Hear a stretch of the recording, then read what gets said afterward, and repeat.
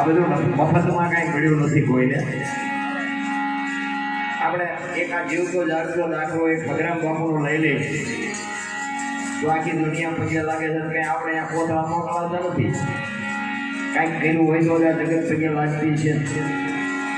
સંતોની વાણી કોઈ અસત્ય હોઈ ન શકે, પણ ભજન સમજાય નહીં એના માટે બાપુ ઘણી જોવે, સદગુરુ જોવે. નથી મફતમાં મળતા જેના મૂળ ચૂકવવા પડતા. તમે વિચાર કરો કે અયોધ્યાનો મહારાજા હરિશ્ચંદ્ર જેવો જો બજારમાં વેચાતો હોય, સગાસા જેવાના જો દીકરા કાપવા પડતા હોય, જલારામ જેવાના જો બહેરા દઈ દેવા પડતા હોય, તો આપણે તો થાય એવું શું પડતું રોજ ન જઈએ એટલી એમ થઈ નહીં. એના માર્ગે જો આપણને હાલતા આવડે ને તો મારા રામ કંઈક આપણું કામ થઈ જાય. અખિલ બ્રહ્માંડનો માલિક વાણીઓ તમે વિચાર કરજો કે બિલખાના પાદરમાં હવે તમને કહું કસોટી ભગવાને કરી, પણ એનો ગુનો શું આખી દુનિયાને ખબર છે. મૂળ તો એનો ગુનો તો એક જ છે ને કે ભાઈ મારે સાધુને જમાડીને જમવું, આ જ એનો ગુનો. બીજો ગુનો શું? એને નક્કી કરી લીધું કે મારે સાધુને જમાડીને પછી જમવું. એક વાણિયાનો દીકરો,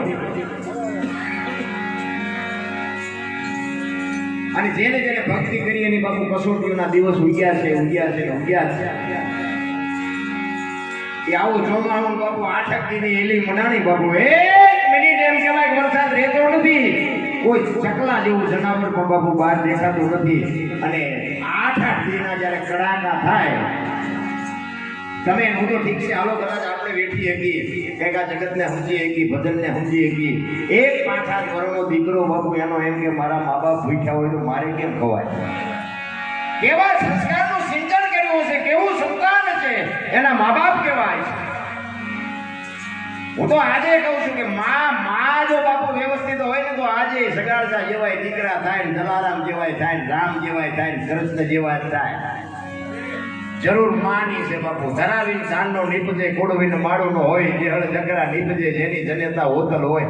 આરી મા વગર બાપુ હારા સંતાન કોઈ દી ન થાય. હારી એટલે સંસ્કારની વાત કરું છું, રૂપાળીની વાત નથી કરતો. હા રૂપે તો જી ઉઠે ગયો, બાકી એની ફેશન આવી.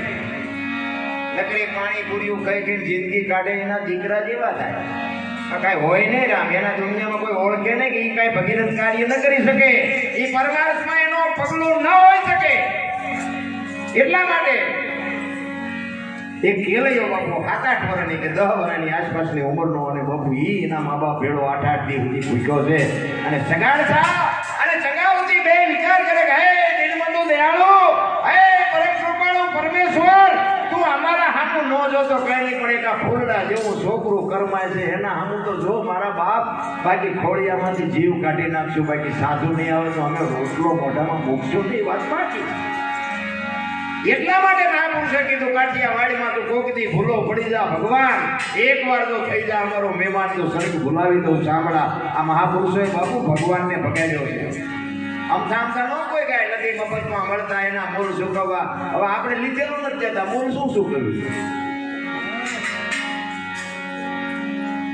અને પછી ભગવાનને એમ થયું કે મારા બેટા આ જીવ કાઢી નાખશે, બાકી ખાશે તો નહીં. અને એક તલાવની પાણીમાં એમ કહેવાય કે રક્તપિત્તનો રોગ કરી અને ભગવાન સાધુના વેશમાં આવીને બેઠો છે.